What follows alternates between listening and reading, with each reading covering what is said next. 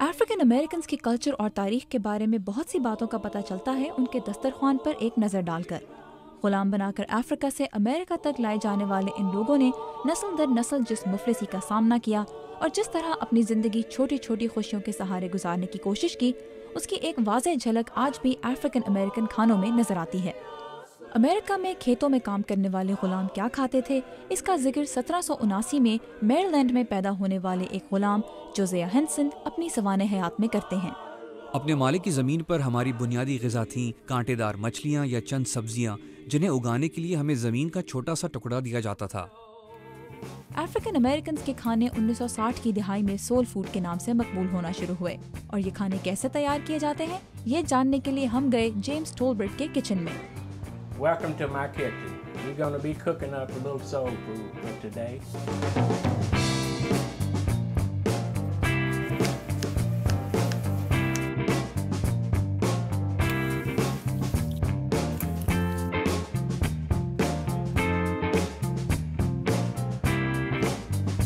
My great-grandfather came over here as a slave.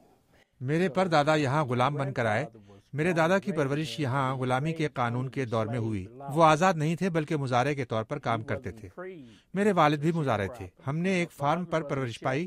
मैं 3 बहनों के साथ पला बढ़ा और उन्हीं जैसे काम करने सीखे, क्योंकि उस जमाने में सिर्फ औरतें खाना पकाती थीं, मर्द नहीं।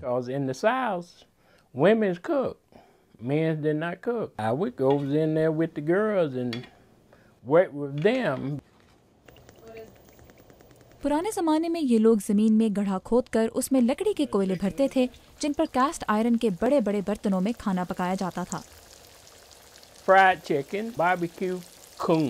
फ्राइड चिकन, भुने हुए खरगोश और गिलहरियाँ, यही सब कुछ खाते थे। परिंदे हम कम ही खाते थे।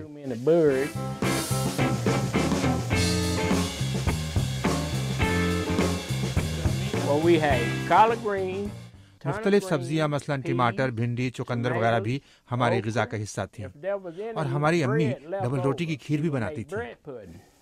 बिजली और गैस के चूल्हों की आमद से खाना पकाने का तरीका चाहे बदल गया हो, लोगों के पसंदीदा खाने फिर भी नहीं बदले।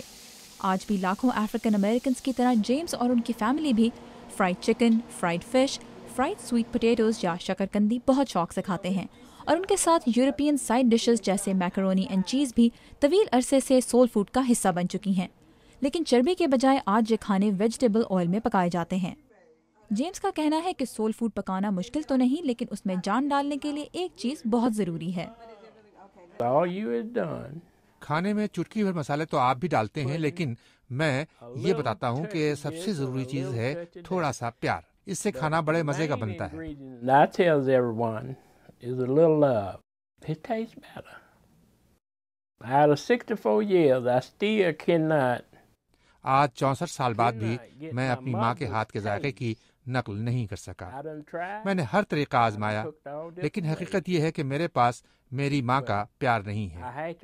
मुझे इसमें अपना प्यार शामिल करना पड़ता है। In that food, I have to put my own love in it. लेकिन जेम्स की अनोखी आदत ये है कि वो मेहनत और मोहब्बत से अपनी फैमिली के लिए खाना तो बनाते हैं, लेकिन उनके साथ खाते नहीं। Why do you not eat when you cook? I enjoy cooking for them. And you like to see them eat? I love it. Oh, I'm going to steal your recipe.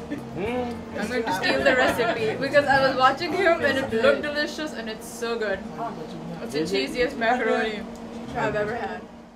My enjoyment is just seeing other people enjoy what I do.